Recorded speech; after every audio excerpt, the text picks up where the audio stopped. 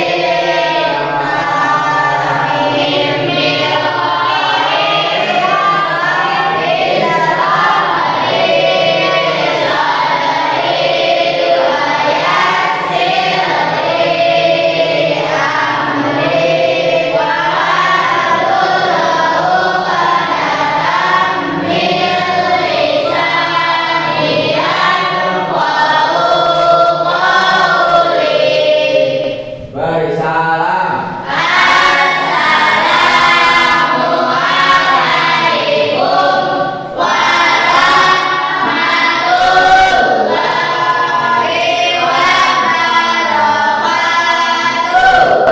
Assalamualaikum warahmatullahi wabarakatuh. Gimana sekolah semuanya?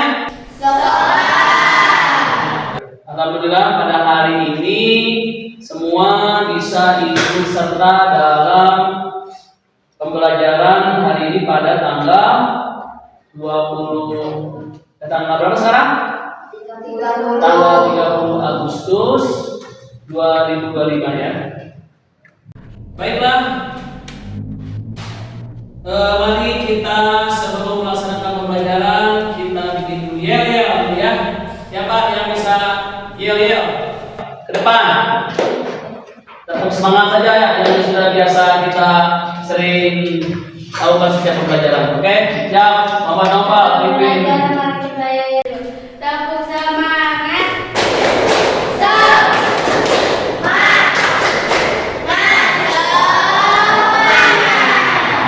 Luar biasa sekali ya.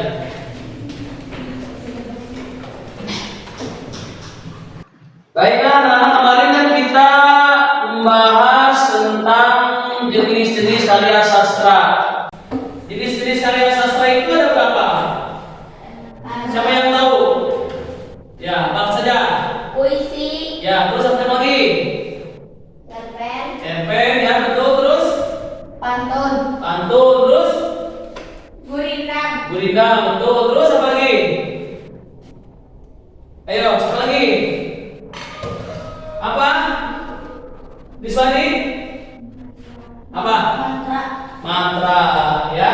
Itu yang kemarin kita bahas tentang jenis karya sastra. Kemudian kita kemarin bahas tentang apa? puisi,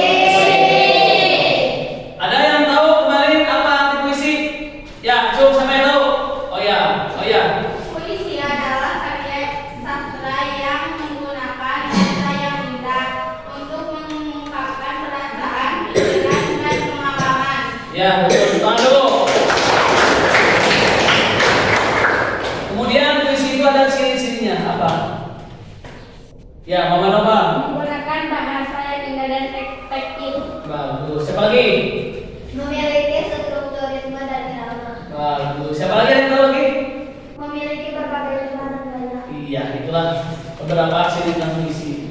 Nah, untuk hari ini kita akan membahas tentang cerpen. Ya, silakan buka bukunya. Baiklah, masuk kita ke materi. Yang pertama itu adalah materi cerpen. Ya, coba ada yang tahu cerpen artinya apa? Cerita pendek. Artinya cerita pendek itu ada yang tahu artinya apa? Ya. Dinanda apa? Cerpen adalah sebuah karya sastra yang berbentuk karya prosa Iya. dengan jumlah kata yang terbatas, biasanya antara 1.000 sampai 20.000 kata. Hebat. Jadi cerpen itu biasanya ditulis sama penulis atau pengarang cerpen atau pembuat cerpen itu katanya tidak lebih dari 1.000 atau sampai 20.000 kata, ya, tidak lebih daripada itu. Atau ada lagi cerpen itu biasanya membacanya hanya dalam satu kali duduk. Siapa yang suka membaca cerpen? Pernah ada nggak? Ya, siapa yang pernah baca cerpen? Ya, judulnya apa? Sahabat sejati. Sahabat sejati. Apa lagi? Teman terbaik. Teman terbaikku. Warung nasi Bu Aisyah. Warung nasi Maisa, ya. Nanti kita akan pelajari tentang masalah cerpen, ya. Kalian berarti sudah sering membaca cerpen. Ini nanti kita buktikan, ya. Nah, di sini adalah cerpen. Nah, cerpen ini mempunyai artinya. Betul tadi kata Dinanda itu biasanya antara 1.000 hingga 20.000 kata atau tidak lebih, ya. Ya, cerita pendek ini memiliki struktur yang singkat dan padat dengan plot yang sederhana dan fokus pada satu atau beberapa karakter utama, ya. Cerita pendek ini seringkali digunakan untuk menggambarkan pengalaman hidup, ya. Nanti di cerpen itu tentang pengalaman hidup kalian, ya, tentang pengalaman pribadi, tentang pengalaman kalian berrekreasi, ya. Nanti kita akan bahas ke depannya.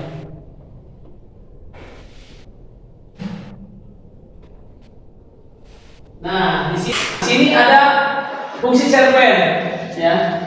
Fungsi cerpen ini ada fungsi rekreatif sebagai penghibur bagi para pembaca. Kalian kan kalau membaca cerpen, yang sudah membaca cerpen, ya, ada di sana ada kan rasa ingin tahu tentang cerpen percintaan atau pengalaman hidup orang lain, gitu kan? Sering suka baca cerpen di rumah selain 3 orang, ada lagi nggak? Belum pernah. Siapa yang belum pernah baca cerpen? Belum pernah. Ada lagi yang belum pernah? Ada lagi yang belum pernah? 1 orang. Ya, berarti semuanya sudah pernah baca cerpen, ya. Nah, di sini yang kedua ada fungsi estetis. Memiliki nilai estetika atau keindahan. Jadi nilai estetika itu atau keindahan, ya. Itu nanti di sana cerpen itu punya fungsi rekreatif, kemudian fungsi estetis. Kemudian ada fungsi didaktik, ya, memberi pembelajaran. Ketika kita membaca cerpen, apa pembelajaran yang kita bisa ambil, ya. Nanti ada contoh-contohnya cerpen nanti. Di sini juga ada struktur cerpen. Yang pertama abstrak, awal cerita dimulai. Nah, di sini ada awal cerita dimulai. Biasanya penulis itu mau menuliskan cerita dimulainya dari apa? Ya, nanti juga di cerpen itu ada jenis cerpen, ada alur maju, ya, ada alur mundur, ada alur sambutan. Nanti kita bahas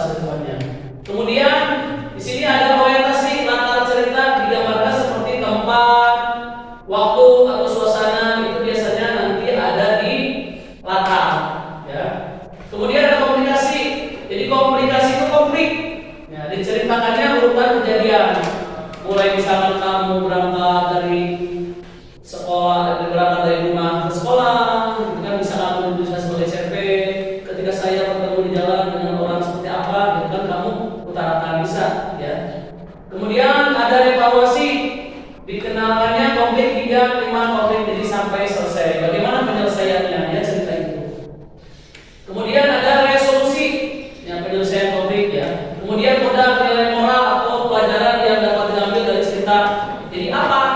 Jadi itu kodaku. Hasil cerpen itu apa yang kita bisa pelajari dan kita terapkan dalam kehidupan sehari-hari, ya? Kalau itu ceritanya baik. Nah, di sini ada unsur-unsur intrinsik cerpen. Nah, kita akan membahas lebih yang kepada unsur intrinsik cerpen. Ada yang tahu nggak tema? Ya, apa tema? Tema adalah bergabung dalam sebuah cerita yang pada ingin disampaikan kepada kita. Iya, betul. Kemudian ada yang tahu tokoh dan penokohan? Belum tahu, ya kita nanti bahas. Kemudian di sini ada unsur-unsur intrinsik ini, ya. Di sini ada 7. Yang pertama tema, kemudian tokoh dan penokohan, latar, alur, sudut pandang, amanat, gaya bahasa. Di sini kita sebelum menentukan cerita pendek, apa itu tema yang kita mau ambil? Misalkan sekarang di 17 Agustus yang membahas cerita pendek tentang 17 Agustus di mana lokasinya, ya, temanya apa, judulnya apa, ya. Kemudian tokoh dan penokohan, ya. Kalau tokoh itu biasanya orangnya, ya. Jadi tokoh itu adalah orangnya, pemerannya, ya. Misalkan kamu itu sering nonton Doraemon nggak? Pernah? Ya. Di sana ada tokohnya siapa aja? Terus siapa lagi? Shizuka. Siapa lagi? Sunio. Nah, di sana kan di film Doraemon itu apa? Ada perannya masing-masing. Ya, kita nanti bahas. Terus penokohan. Penokohan itu adalah watak dari tokoh tersebut. Doraemon gimana wataknya, Sunio gimana wataknya, ya di sana sudah berperan masing-masing. Kemudian latar atau setting itu tempatnya di mana? Ya, latar setting tempatnya kalau kamu mau bikin cerpen, mau di tempat rekreasi, mau di rumah, mau di gunung, atau di mana saja, ya. Itu alur adalah latar adalah tempat. Kemudian alur. Di sini alur ini ada alur maju, ada alur mundur, ada alur belakang.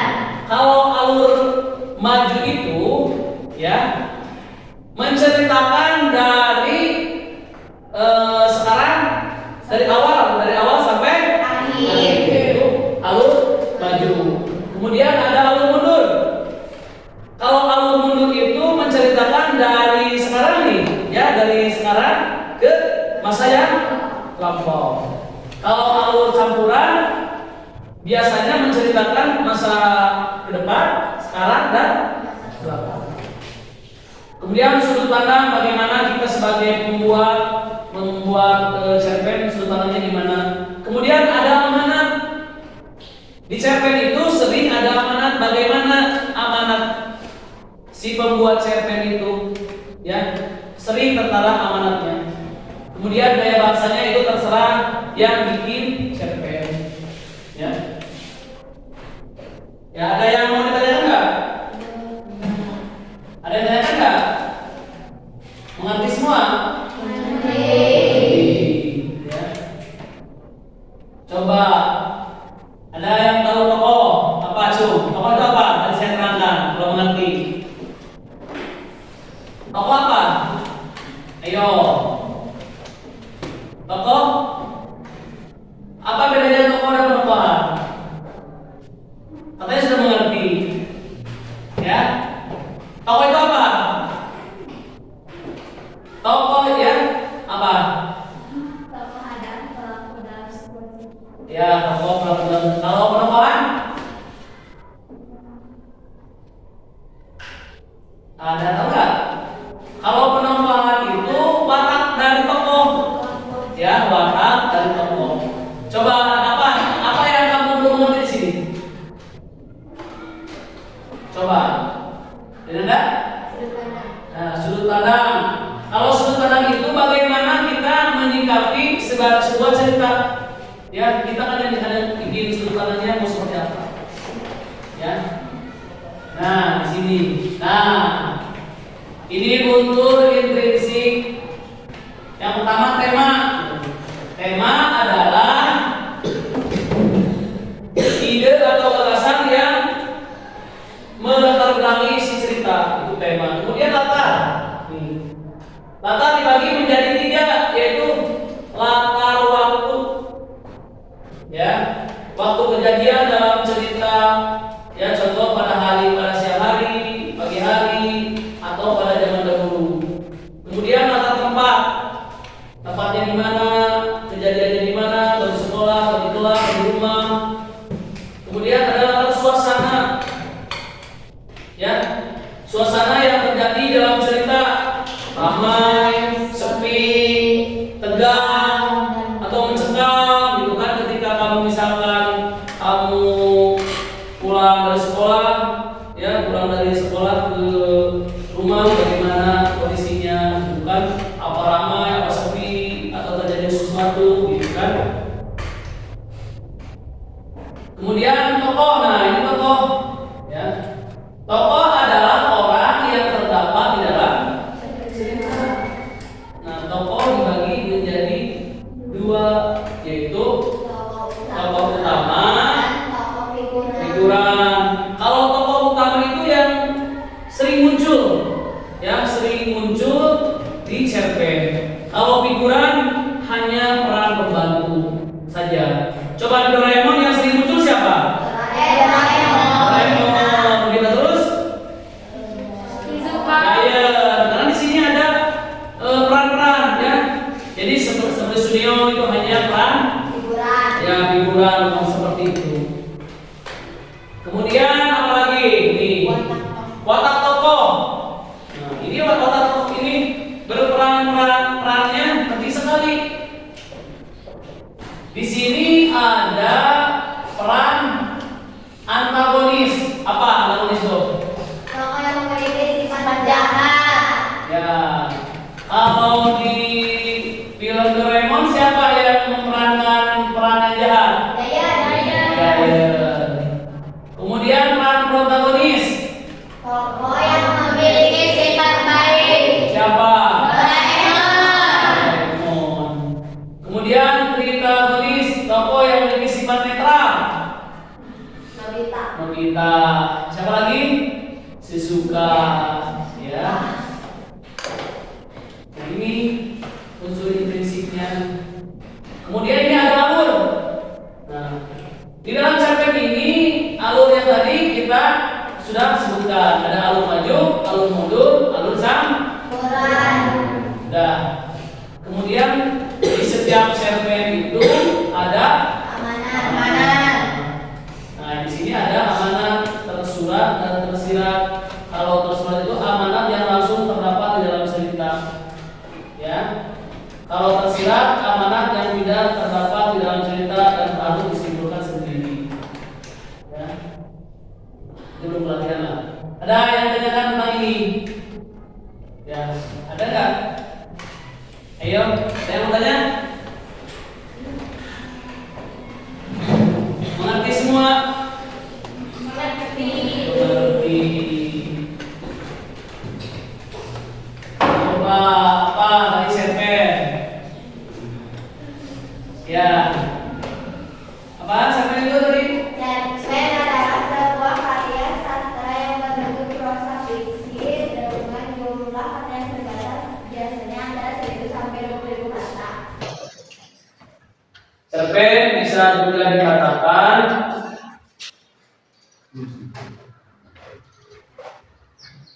cerita yang bisa dibaca dalam sekali duduk. Itu ada cerpen. Ingat ya, nanti suatu saat juga kamu kalau belajar di sekolah pasti akan bertemu dengan yang namanya cerpen di bahasa Indonesia.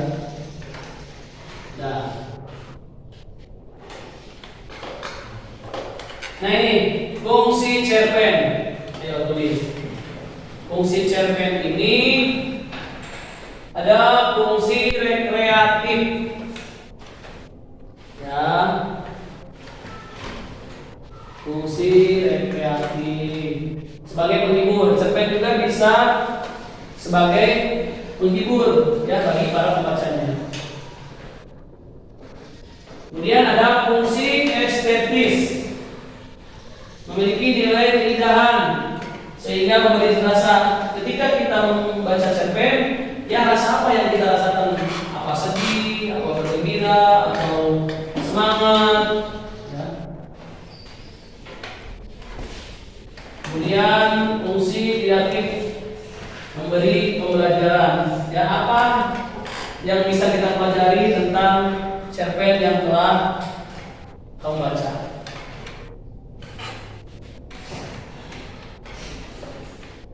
Selanjutnya ada yang tanyakan, sudah mengerti? Mengerti. Kalau sudah mengerti, berarti saya mau kasih tugas, ya, mau kasih tugas tentang pembuatan cerpen. Nanti di cerpen yang kamu atau yang saya kasih tugas, apa temanya, apa alurnya, apa amanatnya, siapa tokohnya, siapa peran yang sering muncul, apa itu alur maju atau mundur, ya. Nanti saya ini kasih tugas, ya. Sebelum saya mengasih tugas, kita yel-yel dulu biar semangat, biar tidak ngantuk ya belajarnya. Ayo yang kemarin, yang dang-dang di dinding, dung-dung, ya. Seperti itu. Ayo pimpin dan anda. Ayo di depan duduk aja gak apa-apa. Siap? Atau berdiri. Ya, berdiri yo, berdiri. Biar semangat belajarnya, tidak ngantuk, ya. Ya. Tepuk semangat. Dang dang dang. Ding ding ding. Dung dung dung. Dang dang dang. Ding ding ding. Dung dung dung.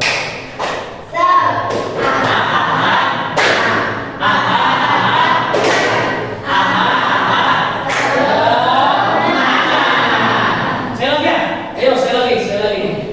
Ya, biar gak ngantuk. Sebelum mengerjakan tugas, kita terus lagi sekali lagi.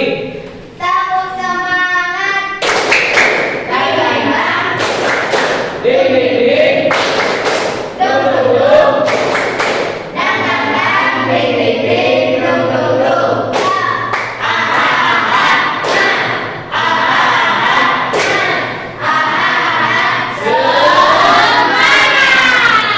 Ya, silakan duduk. Saya sekarang mau memberi tugas kepada kalian membuat cerpen. Ya, nanti hasil cerpennya kamu bisa presentasikan ke depan. Ya, sebelum memberi saya materi soal atau tugas, kalian bikin dulu kelompok. Ya, silakan. Mau sama siapa? Silakan bikin kelompok. Ya. Yo, bikin kelompok. Yo, bikin kelompok. Bikin 4 kelompok aja, 4 kelompok aja. Yo, bikin. Yo, sama siapa? Yo. Silakan. Ayo, bikin kelompok.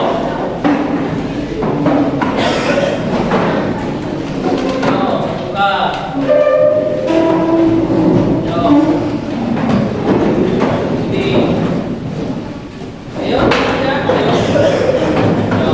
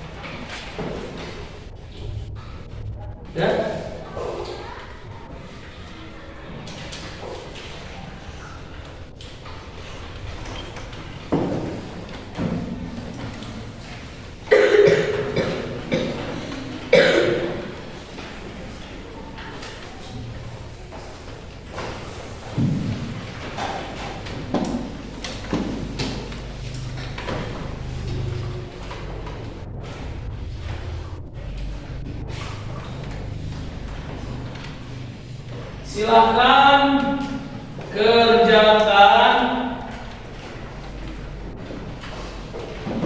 tugasnya, bikin cerpen. Nanti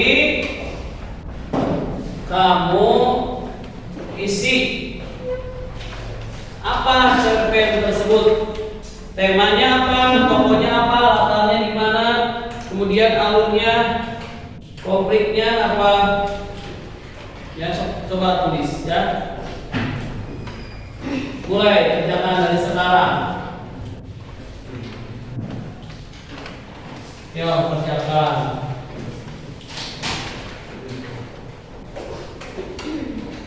Nanti dikumpulkan ya atau dipresentasikan ke depan. Tiap kelompok masing-masing ke depan untuk mempresentasikan hasil dari membaca cerpen tersebut. Ya. Ayo kerjakan, buka bukunya sambil baca. Bukan baca. Nah, kerjakan sana ke depan, sana bareng-bareng, sana bareng. Ya. Coba diskusikan sama kalian. Ini amanatnya apa? Tokohnya siapa? Alurnya apa? Amanatnya apa? Ya. Temanya tentang apa?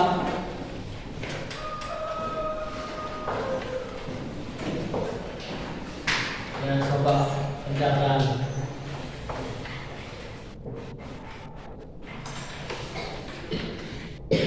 Nanti kalau yang sudah selesai, silakan bisa dipresentasikan ke depan. Ya. Kalau tokoh pasti sama ya, nanti yang membedakannya apa?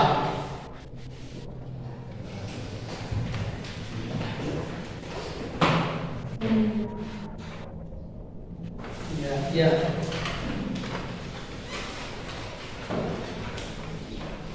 Coba lihat. Iya.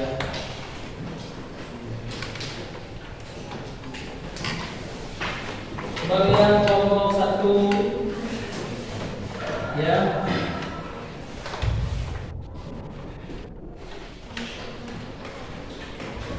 Ya. Udah? Oh iya. Siapa lagi? Kelompok 1 udah? Kelompok 2 sudah. Kelompok 3 udah?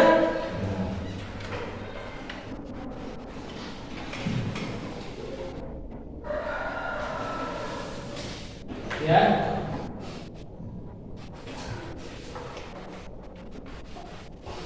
Iya. Apa? Belum, coba lihat.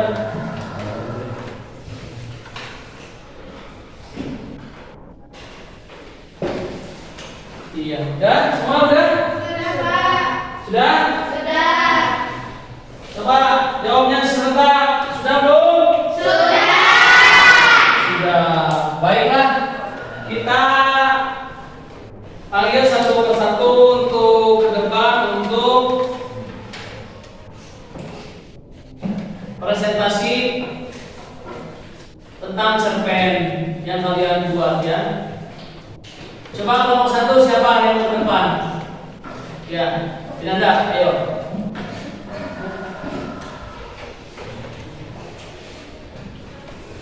Coba. Ya, ke sana. Saya perwakilan dari kelompok 1 akan membacakan jawaban dari hasil analisis cerpen tersebut. Ya. Temanya itu persahabatan dan tolong menolong. Tokohnya Andi, tokoh utama, Rani dan Guru. Latarnya sekolah dan jalan menuju sekolah. Alurnya alur maju. Konfliknya Andi kehilangan buku tugas. Penyelesaiannya Rani membantu dengan meminjamkan catatan. Amanatnya persahabatan yang tulus dan mendukung dapat membuat hidup lebih indah dan bermakna. Iya, tepuk tangan dulu.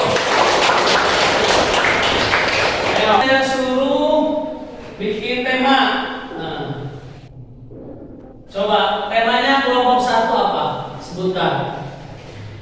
Persahabatan dan tolong menolong. Persahabatan, persahabatan dan Tolong menolong. tolong menolong. Kelompok 2 sama ya. Kelompok 1 sama, kelompok 2 sama, kelompok 3 sama. Persahabatan dan tolong menolong. Kelompok 4 sama juga. Berarti temanya itu persahabatan dan tolong. Kemudian tokohnya siapa saja tokohnya? Andi sebagai tokoh utama. Andi sebagai tokoh utama, betul. Terus siapa lagi? Rani dan guru. Rani Dan guru. Kelompok 3 hari ini ya tentang masalah cerpen. Nanti kamu di rumah atau di apa di film atau di buku perpustakaan silakan cari cerpen dan baca ya. Kemudian tokohnya gimana, perannya gimana ya. Nanti saya kasih tugas buat cerpen di rumah. Oke? Oke. Masalah enggak? Ya. Ada yang lain ditanyakan lagi? Tidak. Mengerti semua? Bagaimana belajar hari ini? Bahagia enggak? Saya ulang lagi nih sebelum kita akhiri ya. Nah, di sini cerpen. Jadi cerpen itu penulisannya tidak lebih dari 1.000 sampai 20.000 kata. Atau cerpen itu bisa dibaca sekali. Ya, itu kesimpulannya. Yang kedua, nah ini ada fungsi cerpen. Ada fungsi rekreatif, estetis, ya. Kemudian fungsi didaktik. Kemudian struktur cerpen ada abstrak, orientasi, komplikasi, evaluasi, resolusi, dan koda. Di sini unsur-unsur cerpen ada tema, tokoh, latar, alur, sudut pandang, amanah, dan gaya bahasa. Nah, semoga apa yang saya sampaikan hari ini bermanfaat bagi kalian.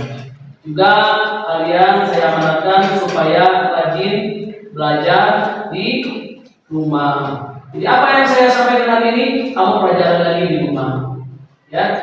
Kemudian diulang-ulang sampai kamu paham. Dan ketika kamu mempelajari pelajaran yang disampaikan oleh guru selain saya, tanyakan kembali ketika kita mempelajari atau bertemu lagi di pelajaran bahasa Indonesia. Ya, sebelum kita mengakhiri, alangkah baiknya kita berdoa dulu untuk mengakhiri pelajaran. Ayo berdoa, silakan dipimpin sama siapa berdoa. Ya, baik, silakan. Istiadat. Siap. Doaan.